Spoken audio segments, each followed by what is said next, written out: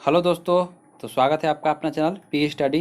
तो दोस्तों, हमारे इस सेशन में आपको सेट नंबर 6 देखने को मिलेगा। आप लोग इसका जो सेट है एडिटोरिया का, वो आपको प्रवीण सर द्वारा प्रोवाइड किया गया बुक से रिलेटेड है। और ये इसमें अति महत्वपूर्ण सभी क्वेश्चन हैं और सेट हैं जो, तो आपको जाकर देखना चाहिए। Part 1, part 2, part 3, part 4, part 5 जो अभी तक नहीं देखे हैं दोस्तों।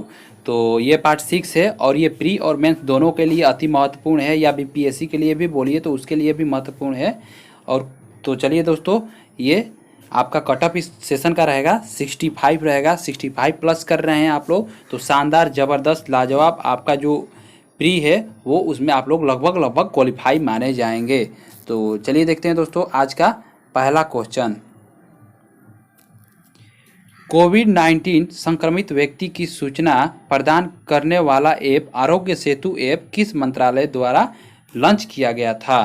तो दोस्तों, वो लॉन्च किया गया था,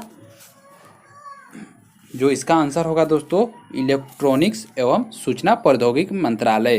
तो जो इसका आंसर होगा, ये दोनों मिलकर इसका लॉन्च किए थे। आंसर बी होगा। आरोग्य सेतु ऐप केंद्रीय इलेक्ट्रॉनिक्स एवं सूचना प्रौद्योगिकी मंत्रालय के नेशनल ई गवर्नेंस डिवीजन ने स्वास्थ्य और परिवार कल्याण मंत्रालय के साथ मिलकर इसमें किया गया है। तो इसमें दो मिलकर किए हैं इस ऐप को विकसित। तो आप लोग इसको देखेंगे। चलिए देखते हैं क्वेश्चन नंबर 2।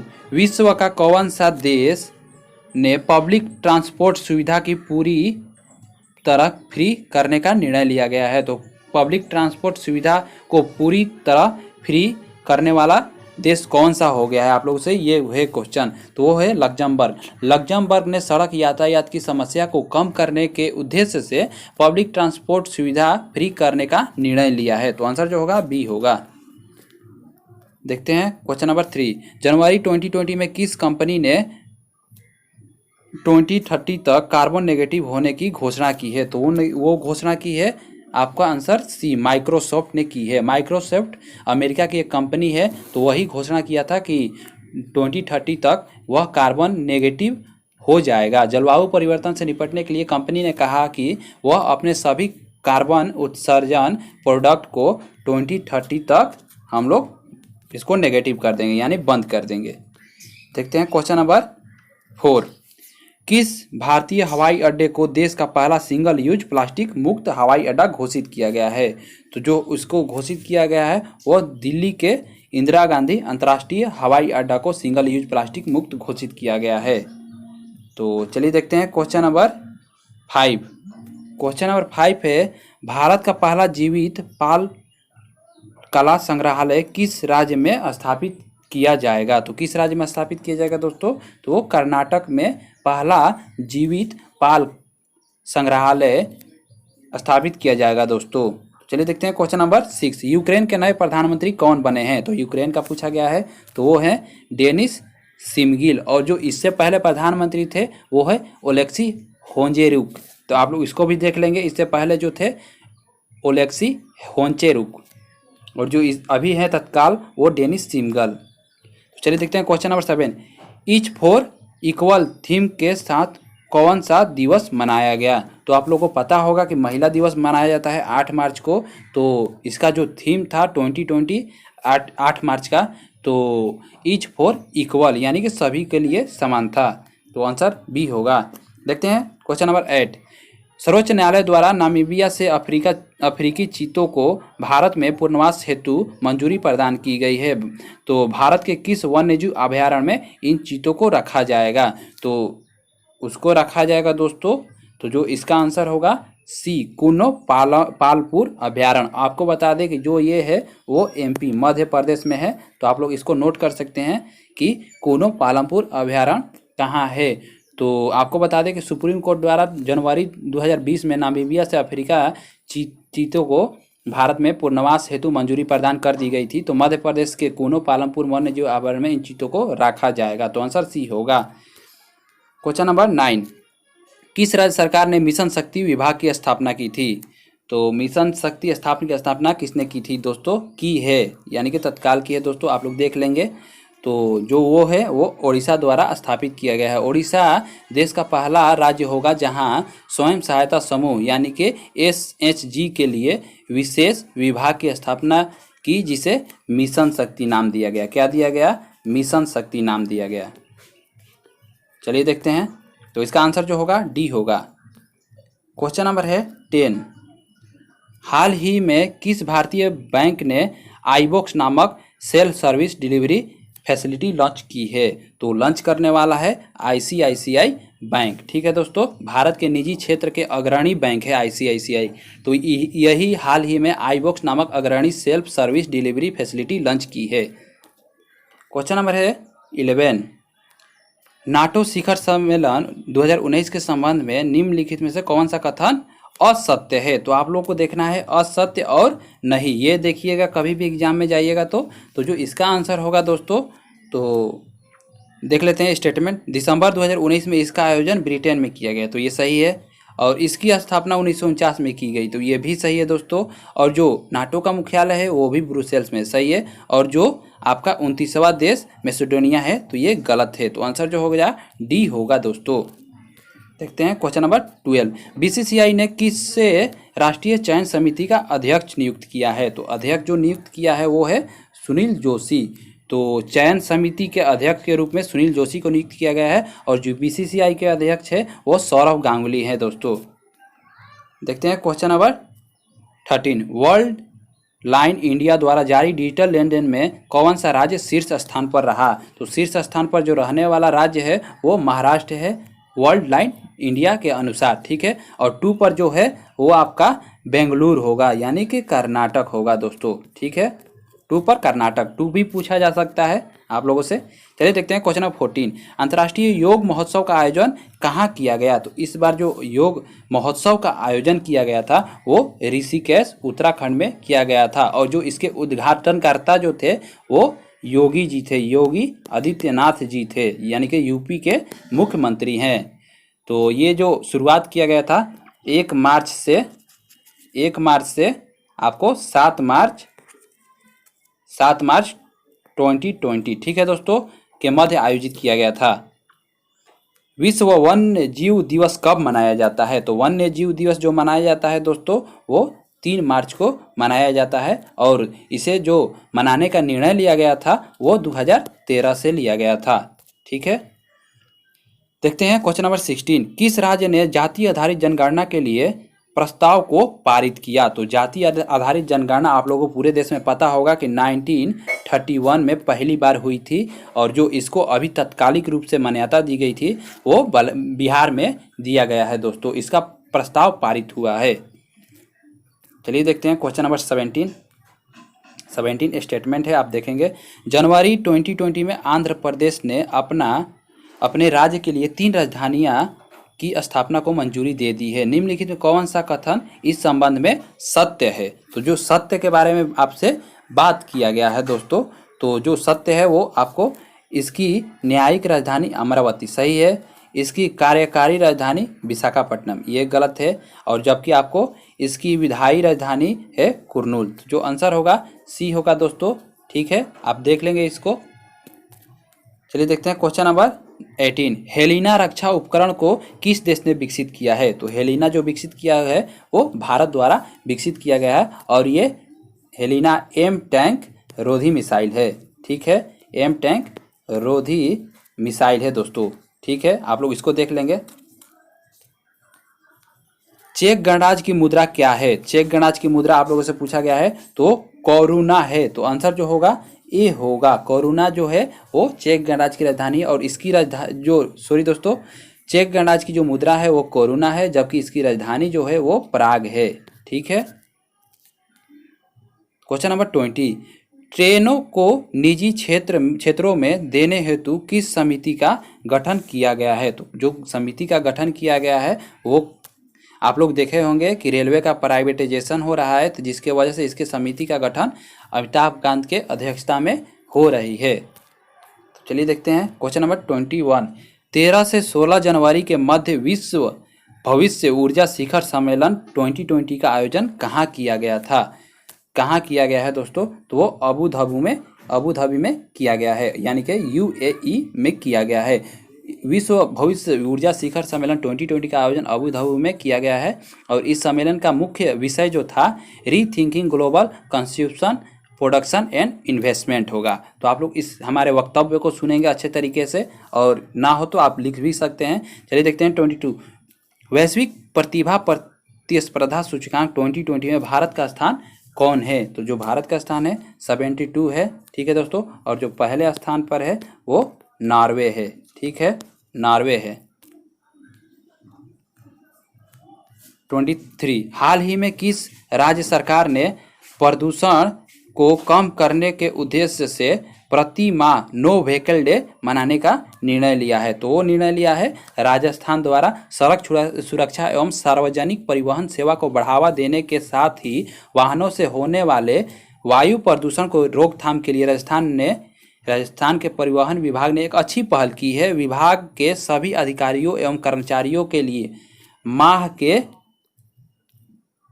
के एक दिन, यानी माह में कभी भी एक दिन नो व्हीकल डे के रूप में मनाया जाना तय रखा है। इसके तहत प्रत्येक माह के पहले कार्य दिवस पर अधिकारी एवं कर्मचारियों को भी अपने वाहनों के बजाय सरकारी वाहन एवं साइकिल का उपयोग कर ही उपयोग करेंगे, ताकि इसको प्रदूषण से मुक्त रख सके। तो आप लोग इसका देख लेंगे आंसर, सी होगा राजस्थान। 24 है 20वां एशियाई खेल का आयोजन कहाँ किया गया। तो जो 20वां एशियाई खेल का आयोजन जो किया गया है वो जापान में किया जाएगा दोस्तों, किया नहीं गया है, किया जाएगा। और ये जो किया जाएगा वो 2026 में किया जाएगा, और जो 2022 में 19वां जो होगा वो चीन में होगा। कहाँ होगा दोस्तों, तो चीन में होगा। आप लोग इसे भी याद करें और इसे भी नोट कर लें। 25 निम्नलिखित में से किसका सुमेल नहीं है। तो सुमेल आपसे पूछा गया है कि नहीं है, ठीक है दोस्तों। तो जो सुमेल नहीं है वो आपको बता दें, सुंदरवन पश्चिम बंगाल सही है, भीतरकनिका उड़ीसा सही है, और पिछावरम तमिलनाडु सही है। वेम्बनाड जो है वो केरल में है, वेम्बनाड है दोस्तों केरल में, कर्नाटक में नहीं है। तो आप लोग देख लेंगे इसको।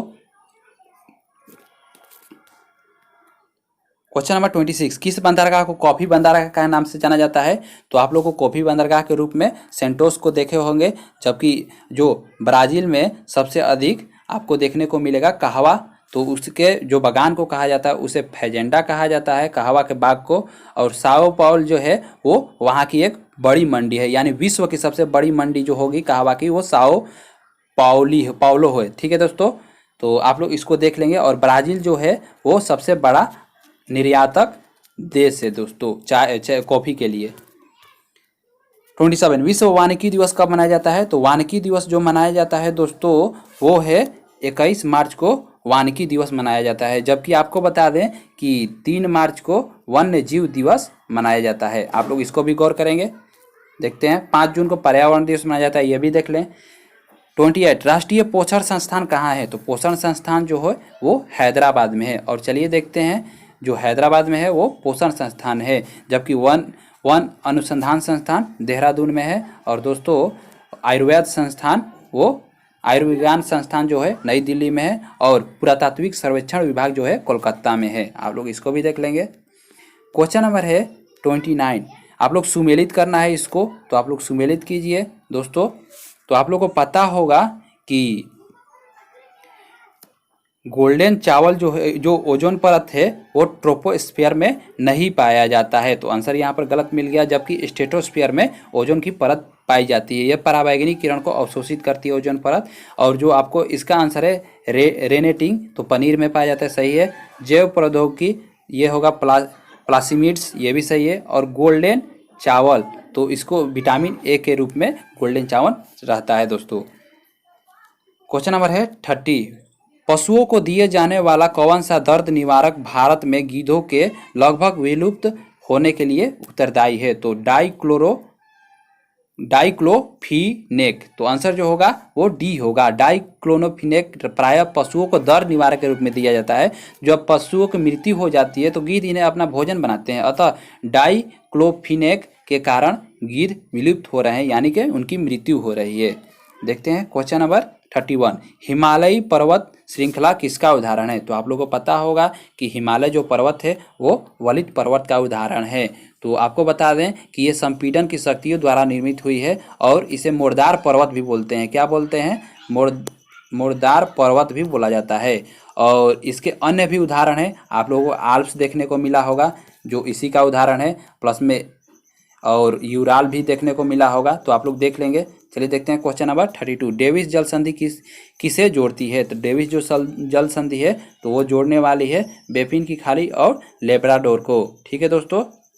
और जो हडसन की खाड़ी और लेब्राडोर को जोड़ने वाली है वो हडसन जल संधि है। और जो मेक्सिको की खाड़ी और कैरेबियाई सागर को जो जोड़ने वाली है वो यूकाटन होगा दोस्तों, यूकाटन। ठीक है दोस्तों, आप लोग इसको देख लेंगे।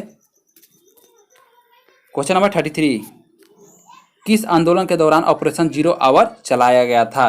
तो जो ऑपरेशन जीरो आवर चलाया गया था वो भारत छोड़ो आंदोलन के द्वारा चलाया गया था 8 अगस्त 1942 के। ठीक है दोस्तों, 8 अगस्त 1942 को ये चलाया गया था। और इसके तहत सभी बड़े नेता जैसे गांधी हुए और उसके बाद जवाहरलाल नेहरू हुए और उसके बाद राजेंद्र प्रसाद हुए आदि सब जो बड़े नेता थे उनको गिरफ्तार कर लिया गया था।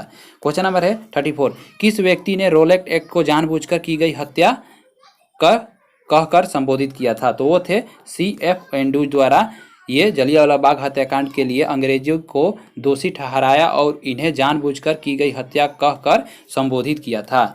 चलिए देखते हैं वन संरक्षण दिवस कब मनाया जाता है? तो वन संरक्षण दिवस आप लोगों को पता होगा कि 1980 में मनाया जाता है और पर्यावरण संरक्षण 1986 में मनाया जाता है दोस्तों। तो आप लोग इसको देख लेंगे। देखते हैं क्वेश्चन नंबर 36, इनमें से कौन सी गैस ग्रीन हाउस गैस प्रभाव उत्पन्न करने वाली गैस है? तो इनमें से कौन सी है? तो आप लोग को पता होगा जल वाष्प सबसे अधिक होता है, मीथेन भी होता है और ओजोन भी होता है, यानी कि आंसर जो होगा डी होगा। देखते हैं क्वेश्चन नंबर 37, सिगरेट के धुएं में मुख्य प्रदूषक है। तो मुख्य प्रदूषक के रूप में कौन है सिगरेट के धुएं में? तो आपको बता दें कि कार्बन मोनोऑक्साइड और बेंजीन, तो ये दोनों मिलकर आपको प्रदूषक के रूप में काम करते हैं। चलिए देखते हैं क्वेश्चन नंबर 38, आटाकामा मरुस्थल कहाँ है दोस्तों? तो आटाकामा जो मरुस्थल है वो आपको दक्षिण अमेरिका के चिली में है स्थित है। ठीक है दोस्तों। 39, निम्न कौन सा मिलान गलत है? मिलान गलत आप लोगों से पूछा गया है, तो चलिए देखते हैं किसका मिलान गलत है। तो आपको पता होगा कि दीनदयाल उपाध्याय जो बंदरगाह है वो आपको गुजरात में है और एनोर जो है वो तमिलनाडु में है, ना कि आंध्र प्रदेश में। तो यहाँ हम लोग को गलत मिल गया, तो यही गलत है। और तूतीकोरन तमिलनाडु में सही है, नाहवा से मुंबई में, ये भी सही है। तो आंसर जो होगा बी होगा। चलिए देखते हैं question number 40, shuttling to the top the story of P V. Sindhu पुस्तक के लेखक कौन है, यानी किसके द्वारा लिखी गई है पुस्तक? तो वो लिखी गई है वी कृष्ण स्वामी। तो आंसर होगा ए। ठीक है दोस्तों, 2020 अप्रैल 2020 में ये प्रकाशित बुक है। क्वेश्चन नंबर है 41, गैसोहॉल मिश्रण है। तो गैसोहॉल किसका किसका मिश्रण है? तो आपको बता दें 90% पेट्रोल प्लस 10% एल्कोहल का मिश्रण है। ठीक है, अब एल्कोहल को ही हम लोग इथेनॉल भी बोलते हैं। 42 है, यदि एक वस्तु एक समान गति से वृत्ताकार पथ पर गतिशील हो तो क्या होगा इसका?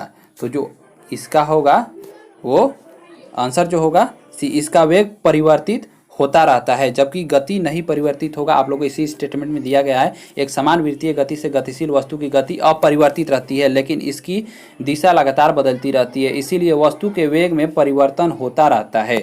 तो आप लोग इसको भी देख लेंगे साथियों।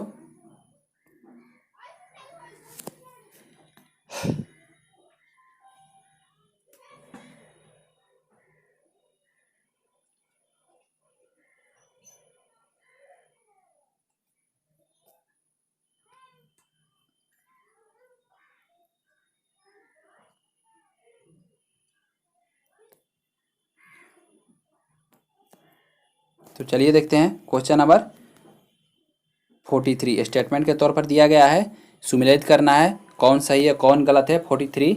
तो चलिए देखते हैं। आपको पता होगा आमीटर जो होता है वो विद्युत धारा मापता है, हाइग्रोमीटर सापेक्षिक आर्द्रता मापता है, और बैरोमीटर वायुमंडलीय दाब मापता है, और वाट जो है शक्ति मापता है। उसके थ्रू जो इसका आंसर होगा वो 1 का 3, तो देखते हैं, तो इसका आंसर होगा सी। ठीक है दोस्तों, आप लोग देख लेंगे। देखते हैं क्वेश्चन नंबर 44। बहिष्कृत भारत नामक पुस्तक का प्रकाशन किसने किया? तो B.R. अम्बेडकर के द्वारा किया गया था दोस्तों। देखते हैं क्वेश्चन नंबर 45। आधुनिक भारत का निर्माता किसे कहा जाता है? तो आधुनिक भारत का निर्माता जो कहा जाता है वो राजाराम मोहन राय। आंसर जो होगा डी होगा। देखते हैं क्वेश्चन नंबर 46। निम्नलिखित में से कौन सा सार्क का सदस्य नहीं है? तो जो सार्क का सदस्य नहीं है, चीन सार्क का सदस्य नहीं है, जबकि अफगानिस्तान हुआ, पाकिस्तान हुआ, मालदीव हुआ। तो देख लेते हैं, चलिए। अफगानिस्तान और पाकिस्तान, फिर आपको मालदीव, श्रीलंका, उसके बाद आपको इंडिया, फिर उसके बाद बांग्लादेश, और उसके बाद नेपाल, भूटान। तो आप लोग इसको देख लेंगे साथियों कि 8 कंट्री है, और इसकी जो स्थापना हुई थी वो 1985 में हुआ था, और जो इसका मुख्यालय है नेपाल के काठमांडू में है। देखते हैं क्वेश्चन नंबर 47। दीपा मलिक का संबंध किस खेल से है? तो जो दीपा मलिक का संबंध है वो पैरा गोला फेंक से। आंसर जो होगा डी होगा। इन्होंने पैरा ओलंपिक में गोल्ड मेडल जीता था। और एक है दीपा मलिक जो पैरा गोला फेंक से है, और दीपा कर्माकर जो है वो जिम्नास्टिक से है। तो आप लोग इसमें कंफ्यूज ना हो, दीपा कर्माकर जिम्नास्टिक और दीपा मलिक जो है पैरा गोला फेंक। दामोदर घाटी निगम की स्थापना कब हुई थी? तो स्थापना जो हुई थी वो 1948 में हुई थी इसकी स्थापना। क्वेश्चन नंबर है 49। राष्ट्रीय सांख्यिकी दिवस किस तिथि को मनाया जाता है? तो सांख्यिकी जो दिवस मनाया जाता है 29 जून को मनाया जाता है, और 29 जुलाई को राष्ट्रीय बाघ दिवस मनाया जाता है। तो आंसर जो होगा डी होगा दोस्तों, 29 जून।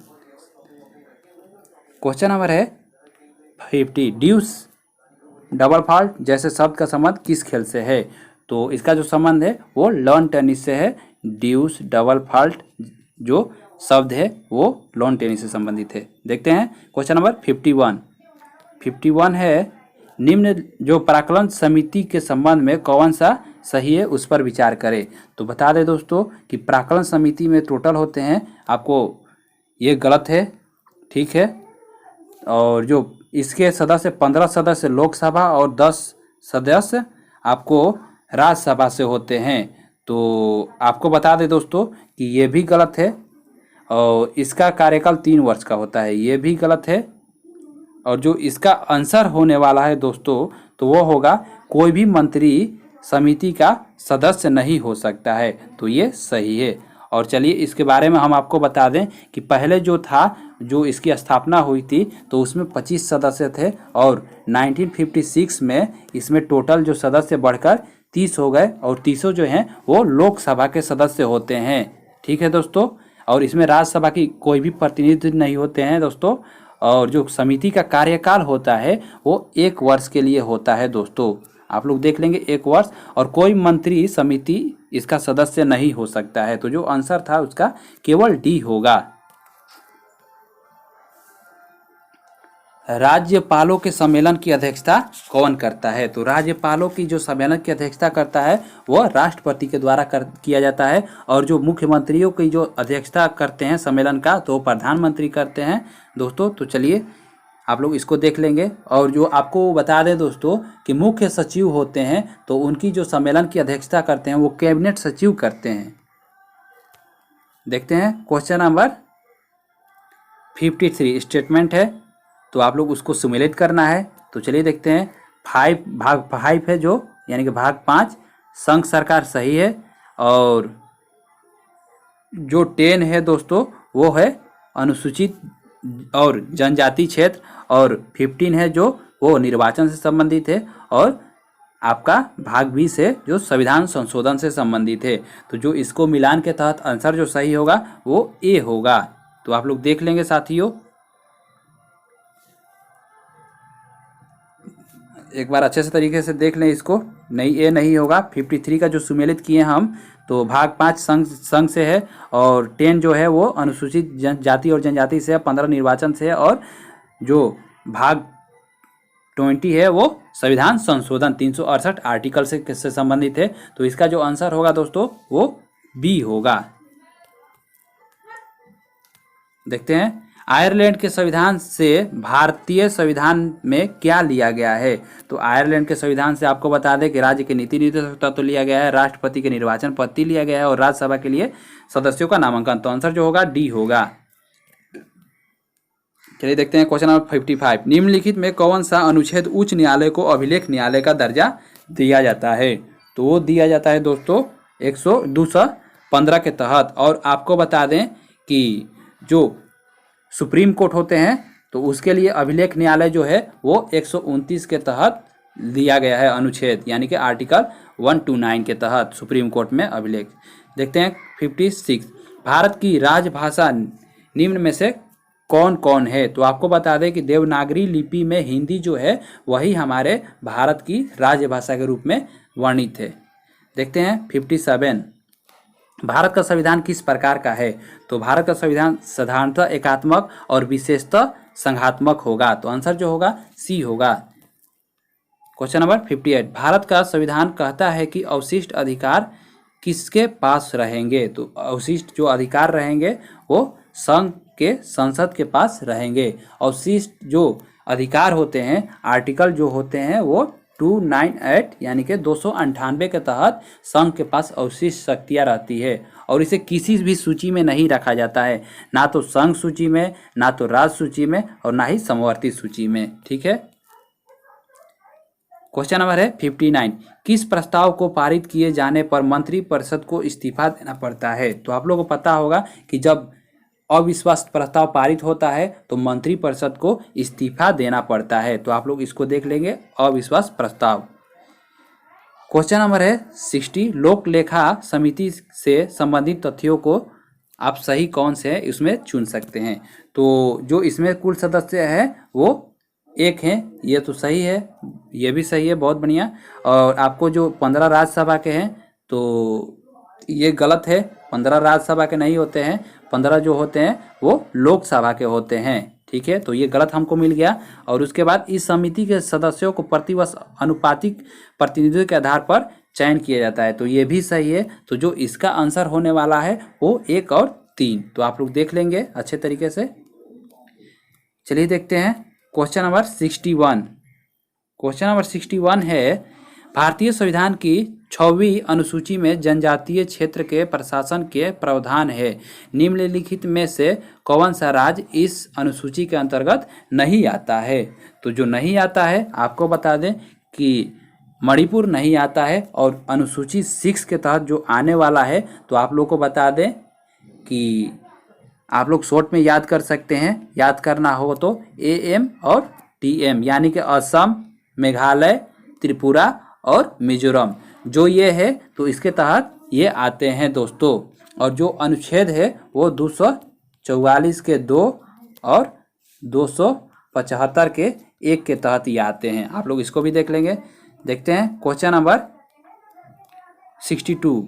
62 है तीव्रतर संपोषणीय और अधिक समावेशी विकास निम्न में से किस पंचवर्षीय योजना का केंद्र बिंदु था। तो वो केंद्र बिंदु था 12वीं पंचवर्षीय योजना। और ये जो 12वीं थी वो थी 2012 से 17 तक थी दोस्तों। और इसमें थी, इसका जो केंद्र बिंदु था तीव्रतर संपोषणीय विकास से संबंधित था, यानी समावेशी विकास से। और बताइए गिल्ड एज्ड मार्केट निम्न में से किससे संबंधित है। तो गिल्ड एज जो मार्केट संबंधित है सरकारी प्रतिभूतियों के व्यापार से संबंधित है। 64 है निम्न में से कौन भारत में योजना अवकाश की अवधि थी। तो आप लोगों को पता होगा कि योजना अवकाश जो थी वो 1966 से 69, ये तीसरी पंचवर्षीय योजना की असफलता जो हुई थी वो भारत पाक युद्ध के कारण, जो उस समय भी आपको पता होगा कि भारत पाक युद्ध हुआ था, उसके कारण अस्थिरता आर्थिक क्षेत्र में आ गया था और भीषण सूखे भी हमारे देश में आ गए थे। तो इस पंचवर्षीय योजना को विराम दिया गया और जो इसका तिथि एक्चुअल था तो 1 अप्रैल 1966 से आपको 31 मार्च आपको 69 तक, यानी कि 1969 तक इसी के बीच में था। तो आप लोग देख लेंगे और इसे ही योजना अवकाश भी बोलते हैं। चालू खाता के संदर्भ में किस वर्ष रुपए को पूर्ण रूप से परिवर्तनीय घोषित कर दिया गया? तो चालू खाता के रूप में जो परिवर्तनीय घोषित कर दिया गया था वो 1994 में किया गया था, वो 9 अगस्त को किया गया था दोस्तों। ठीक है, 19 अगस्त। चलिए देखते हैं 66, सारगैसो क्या है? तो सारगैसो जो है वो एक है समुद्री वनस्पति क्षेत्र, और जो सारगैसो जो स्थित है वो उत्तरी अटलांटिक महासागर में है। कहाँ है दोस्तों? उत्तरी अटलांटिक महासागर में। ठीक है दोस्तों, आप लोग देख लेंगे। और ये घास है, आप लोग देख लेंगे, वनस्पति मतलब होता है घास, तो आप लोग इसको भी गौर करेंगे। डायामेंटिना गर्त खाई किस महासागर में है? तो आपको बता दें कि हिंद महासागर की सबसे गहरी गर्त जो होती है वो डायमेंटिना गर्त होती है, तो आप लोग इसको अच्छी तरीके से याद कर लेंगे। और जो सबसे विश्व की गहरी गर्त होती है वो प्रशांत महासागर में है, जिसे मेरियाना ट्रेंच बोलते हैं, और इसकी जो गहराई है 11,033 यानी कि 11,033 मीटर है। देखते हैं बरमुंडा त्रिभुज का त्रिकोण किस महासागर में स्थित है? तो जो बरमुंडा त्रिभुज का त्रिकोण जो किस महासागर में स्थित है? तो जो महासागर है वो उत्तरी पश्चिम अटलांटिक महासागर में स्थित है। यह बरमुंडा और प्यूर्टो रिको को मिलाकर बनाने वाली त्रिकोण समुद्री क्षेत्र है। तो बरमुंडा और प्यूर्टो रिको के जो निर्माण से त्रिकोण हो जाता है ये। आग्नेय चट्टान ग्रेनाइट का रूपांतरित रूप क्या है? आप लोगों से पूछा गया है कि ग्रेनाइट जो आग्नेय चट्टान ग्रेनाइट का रूपांतरित रूप है, तो आंसर जो होगा वो नीस होगा। आपको बता दें कि सीट जो होता है वो बेसाल्ट का होता है, बेसाल्ट का होता है सिस्ट, और जो आपको बता दें कि स्लेट जो होता है वो सेल का होता है। आप लोग इसको नोट कर लें।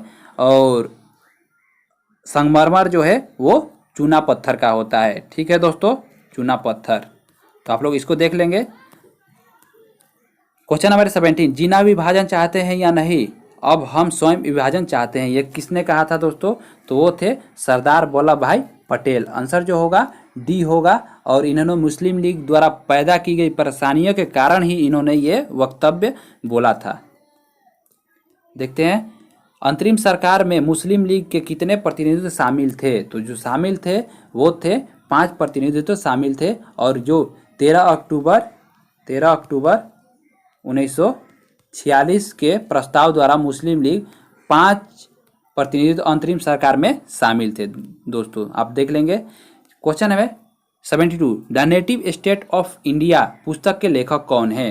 तो बता दें विलियम ली वार्नर थे ये the native state of India के लेखक। और आपको बता दें जो हाल्ट मैकेंजी है ये आपको महलवाड़ी पत्ती से संबंधित है।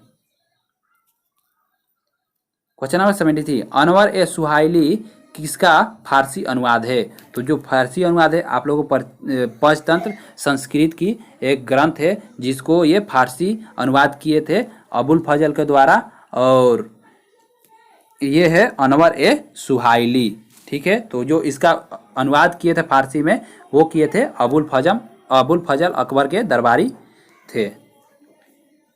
क्वेश्चन नंबर 74, भारत में प्रिंटिंग प्रेस का आगमन किस देश की देन मानी जाती है? तो आप लोगों को पता होगा सबसे पहले आए थे पुर्तगाल 1498 में, तो उन्हीं की देन थी कि हम लोग प्रिंटिंग प्रेस का भारत में विकास हुआ। 1857 ईस्वी के युद्ध में ब्रिटिश का सबसे कट्टर दुश्मन कौन था? तो जो कट्टर दुश्मन था वो मौलवी अहमदुल्ला जी थे। तो आंसर जो होगा सी होगा। और इन्हें ही सर्वोत्तम सैनिक के रूप में भी जाना जाता है, और ये फैजाबाद से नेतृत्व करते थे। कहाँ से करते थे? फैजाबाद से। ठीक है दोस्तों। 76, राजा राम मोहन राय की मृत्यु के पश्चात ब्रह्म समाज का नेतृत्व किसके द्वारा किया गया, यानी किसने किया? तो जो नेतृत्व करने वाले थे देवेंद्रनाथ टैगोर थे नेतृत्व करने वाले। और आपको बता दें कि केशव चंद्र सेन ने आदि ब्रह्म सभा की स्थापना की थी। आदि ब्रह्म सभा, तो ये थे केशव नंद सेन, और ये जो स्थापना किए थे 1843 से 1865 के बीच इन्होंने किए थे। चलिए देखते हैं क्वेश्चन नंबर 77। 1937 ईस्वी में प्रांतों में सरकार निर्माण के उपरांत कांग्रेस का शासन कितने माह तक रहा? तो आपको बता दें कि वो 28 माह तक रहा था दोस्तों। तो आंसर जो होगा सी होगा। जुलाई आपको 1937 से लेकर 6 प्रांतों में कांग्रेस की सरकार गठित की गई थी। और यह जो प्रांत थी वो थी मद्रास, मुंबई, और आपको मध्य भारत, और उसके बाद उड़ीसा, और उसके बाद बिहार, और संयुक्त प्रांत यानी कि यूपी बोल सकते हैं। तो इस 6 में आपकी सरकार बनाई थी कांग्रेस के द्वारा। और आपको आगे चलकर जो बाद में वो असम में भी बनाया गया था, मंत्रिमंडल गठित की गई थी। और जो अक्टूबर में द्वितीय विश्व युद्ध के कारण इसको इस्तीफा दे दिया गया था दोस्तों, अक्टूबर में। ठीक है, सॉरी दोस्तों। तो जो इसका आंसर होने वाला है आप लोग देख लेंगे कि 28 माह होगा। देखते हैं 78। सरस्वती पत्रिका का संपादक निम्न में से किसके द्वारा किया गया? तो सरस्वती जो पत्रिका थी वो किए थे महावीर प्रसाद द्विवेदी। तो आंसर सी होगा। और एक चांद है, चांद पत्रिका है, तो वो महादेवी वर्मा के द्वारा संपादक की गई थी। देखते हैं 79 पुट है इसमें। तो आप लोग बताइए कि द्वितीय गोलमेज सम्मेलन में कौन व्यक्ति भाग लिए थे?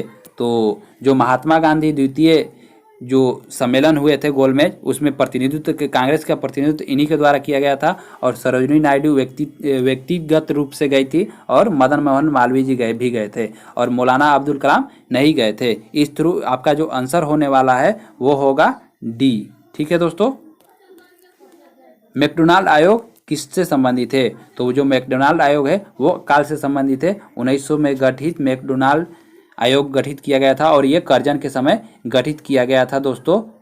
और ये आयोग ग्राम स्तर पर कार्य के लिए प्राथमिकता दिया था। तो ये ग्राम स्तर पर प्राथमिकता दिया था काल के लेकर। दक्कन कृषक राहत अधिनियम कब पारित किया गया था? तो आपको बता दें कि 1879 में ये अधिनियम पारित किया गया था, जिसके द्वारा कृषकों को महाजनों के विरुद्ध संरक्षण प्राप्त हो। तो आप लोगों को पता होगा महाजन से ऋण लिया जाता था किसानों के द्वारा, और जब ऋण नहीं दे पाते थे तो उनको बंधुआ मजदूर या उन्हें कई तरीके से प्रताड़ित किया जाता था। उसके थ्रू ये एक राहत के लिए दक्कन कृषक राहत अधिनियम लाया गया था।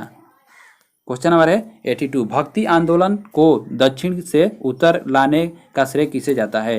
तो आप लोगों को पता होगा कि रामानंद जो थे वो भक्ति आंदोलन को दक्षिण से उत्तर लाने के लिए अहम योगदान इन्हीं का था। क्वेश्चन नंबर है 83। आप लोग इसमें कूट देखना है कौन सही है कौन गलत है। तो प्रथम बौद्ध संगीति किसके काल में हुआ था दोस्तों? तो अजात शत्रु कहाँ है? अजात शत्रु के काल में 4 होगा। और द्वितीय बौद्ध संगीति होगा तो वो कालाशोक के काल में होगा, और तृतीय अशोक के काल में, और चौथा कनिष्क के काल में। तो दोस्तों इसका मिलान के तहत जो आंसर सही होने वाला है वो बी होगा। ठीक है दोस्तों। तो आपको बता दें कि जो पहला हुआ था वो सप्तकर्णी गुफा में हुआ था और राजगीर में हुआ था दोस्तों। पहला जो राजगीर में हुआ था, और दूसरा जो होगा वैशाली में हुआ था, आप लोग इसको भी देख लेंगे। और तीसरा हुआ था पाटलिपुत्र में हुआ था। ठीक है। और चौथा जो है वो कुंडल वन में हुआ था, जम्मू कश्मीर। ठीक है दोस्तों, आप लोग देख लेंगे। हमारे वक्तव्य को सुने, ना कि हमारे लिखे हुए वर्ड को, क्योंकि इस पर अच्छे तरीके से नहीं हम लिख पा रहे हैं। गांधी जी के निम्नलिखित आंदोलन को आपको कालक्रम अनुसार सरियाना है, यानी कि व्यवस्थित करना है। तो सबसे पहले देखते हैं कौन हुआ था। तो जो अहमदाबाद मिल हड़ताल हुए थे वो पहले हुआ था, और उसके बाद खेड़ा हुआ था, और उसके बाद जो हुआ था आपको रोलेक्ट हुआ था, और असहयोग आंदोलन हुआ था। तो देखते हैं इस स्टेटमेंट के तहत कौन आंसर सही है। तो 4, 3, 2, 1। आपको बता दें कि अहमदाबाद जो मिल मजदूर हुआ था वो 15 मार्च को हुआ था 1918, यानी कि 15 मार्च। ठीक है दोस्तों। और ये खेड़ा हुआ था 22 मार्च को और 18 में। ठीक है दोस्तों। और रोलेक्ट एक आपको पता होगा कि 1919 में हुआ था, और ये हुआ था 1920 में। तो इसके थ्रू आप लोग पकड़ सकते हैं आंसर। देखते हैं 85। नाभि के अलावा कोशिका के किस कोशिकांग में डीएनए होता है? तो आपको पता होगा माइटोकॉन्ड्रिया में भी डीएनए होता है, आपको नाभि को छोड़कर। 86 है दोस्तों। निम्नलिखित में से कौन सा सही है? तो आप लोग को बता दें कि चाल बराबर जो होता है वह दूरी बटे में समय होता है, तो आंसर जो होगा बी होगा। देखते हैं 87, किन गुण में हार्मोन एंजाइम से भिन्न होता है? यानी कि हार्मोन जो है एंजाइम से भिन्न होता है, तो किस गुण के तहत? तो जो ये सभी प्रोटीन नहीं है, जो हार्मोन है वो प्रोटीन नहीं है। तो जो इसका आंसर है ये केवल जानवर में पाया जाता है, सही है। और ये केवल पौधे में पाया जाता है, तो ये नहीं होगा। और जो इसका आंसर जो होगा दोस्तों ये भी नहीं होगा, इसका आंसर ये प्रोटीन, इसके तहत ये भिन्न है। क्वेश्चन नंबर है 88, न्यूटन का प्रथम गति नियम कहलाता है? तो न्यूटन का जो प्रथम गति नियम है वह कहलाता है, क्या कहलाता है? तो गैलीलियो का प्रथम नियम, जो गैलीलियो का नियम है तो ये कहलाएगा, और जो जड़त्व का नियम है ये कहलाएगा। यानी दोनों संयुक्त रूप से न्यूटन का प्रथम गति के नियम कहलाता है। तो आंसर जो होगा डी होगा। आप लोगों को पता होगा कि कोई भी वस्तु है तब तक उस पर आप बाह्य बल कार्य ना करें तो वो विस्थापित नहीं होती है, तो ये वही नियम है। चलिए देखते हैं 89, निम्नलिखित में से कौन सा रोग विटामिन ए के कारण होता है? तो ए के कमी के कारण होता है जीरोपैथेलमिया, और रतौंधी जो होता है वो ए के कारण होता है, तो आंसर होगा बी। एक बायोटेक्निक जिसमें अल्ट्रासोनिक ध्वनि का उपयोग किया जाता है, तो किसमें अल्ट्रासोनिक ध्वनि का उपयोग किया जाता है साथियों? तो वो आंसर होगा सोनोग्राफी। तो सोनोग्राफी एक चिकित्सा प्रक्रिया है जो शरीर के अंदर अंगों ऊतकों या रक्त प्रवाह की गतिशील दृश्य छवियों का उत्पन्न करने के लिए उच्च आवृत्ति ध्वनि यानी अल्ट्रासाउंड का उपयोग किया जाता है। तो आंसर जो होगा ए होगा। देखते हैं क्वेश्चन नंबर 91, यदि लोलक की लंबाई 4 गुनी कर दी जाए तो लोलक के झूलने की अवधि क्या होगी? तो चलिए इसको देख लेते हैं। तो जो हम लोग इसको करेंगे तो टी बराबर जो होता है वो 2π√L/G होता है इसका सूत्र, ठीक है दोस्तों। तो जो हम L बराबर इसको कर सकते हैं 4L, तो उसके थ्रू जो, चलिए इसको एक बार फिर से देख लें दोबारा। तो T बराबर 2π और उसके बाद √4L हो जाएगा बाई G होगा, यानी कि L को हम 4 गुना कर रहे हैं। तो उसके बाद जो इसका आंसर होगा 4π × L/G हो जाएगा। तो ये दुगना हो रही है, तो आंसर जो होगा इसका वो बी होगा। आप लोग अच्छे तरीके से समझ गए होंगे, उम्मीद है। वायु अंगार गैस में प्रमुख घटक कौन सी है? तो जो प्रमुख घटक है वो है CO2 और CO2 है दोस्तों। और इसके जो परसेंटेज के तौर पर है तो CO जो है वो 32% है, और N2 है जो वो 65% है, और जो CO2 है वो 3% है दोस्तों। और इसका जो उपयोग होता है कांच एवं धातु निष्कर्षण उद्योग में होता है। देखते हैं 93, इनमें से कौन सा हार्मोन पीयूष ग्रंथि से स्रावित नहीं होता है? तो जो पीयूष ग्रंथि से स्रावित होता है ये देख लें, थायराइड स्टिमुलेटिंग हार्मोन ये स्रावित होता है, मानव वृद्धि हार्मोन ये भी स्रावित होता है, और फ्लैकेटिंग ये भी स्रावित होता है, जबकि कैल्सोटेनिन ये थायरोक्सिन यानी कि थायराइड ग्रंथि द्वारा स्रावित होता है। तो आंसर जो होगा वो डी होगा। क्वेश्चन नंबर 94, मादा जनन तंत्र में किसको मुख्य जनन अंग कहते हैं? तो आप लोग को पता होगा मुख्य जनन अंग वो होगा है डिंब वाहिनी नलिका, यानी कि फैलोपियन ट्यूब सबसे महत्वपूर्ण अंग है मादा जनन अंग का। 95, एंटीबायोटिक्स का आविष्कार किसने किया था? तो एंटीबायोटिक का आविष्कार किए थे अलेक्जेंडर फ्लेमिंग। तो एंटीबायोटिक मेडिसिन जिसे हम बोलते हैं पेनासिलिन की जो खोज की थी वो अलेक्जेंडर फ्लेमिंग ने ही की थी। निम्नलिखित में कौन सा कार्बोहाइड्रेट पाचन का अंतिम उत्पाद है? तो आप लोग जब कार्बोहाइड्रेट का जो अंतिम उत्पाद होगा वो होगा दोस्तों ग्लूकोज, आंसर होगा सी। 97 है, स्वच्छ भारत 2019 रिपोर्ट के अनुसार इनमें से कौन सा कथन सही है? तो देखेंगे रिपोर्ट के अनुसार जयपुर देश का सबसे अच्छा रेलवे स्टेशन है, सही है। रिपोर्ट के उत्तर पश्चिम रेलवे जोन को 2019 में सबसे अच्छा रेलवे जोन बताया गया है, तो यह भी सही है, उत्तर पश्चिम के तहत ही यह भी आता है। और यह सर्वेक्षण भारतीय गुणवत्ता परिषद द्वारा जारी किया जाता है, तो यह भी सही है। तो आंसर जो होगा वो डी होगा। देखते हैं क्वेश्चन नंबर 98, नोमैडिक एलिफेंट 2019 संयुक्त सैन्य अभ्यास भारत और किस देश के बीच हुआ था? तो ये आयोजित किया गया था, तो वो मंगोलिया और भारत के बीच नोमैडिक एलिफेंट का आयोजन किया गया था दोस्तों, और यह भारत के हिमाचल प्रदेश में आयोजित किया गया था। ठीक है। अक्टूबर 2019 में FATF ने किस एशियाई देश को ग्रे सूची से बाहर कर दिया है?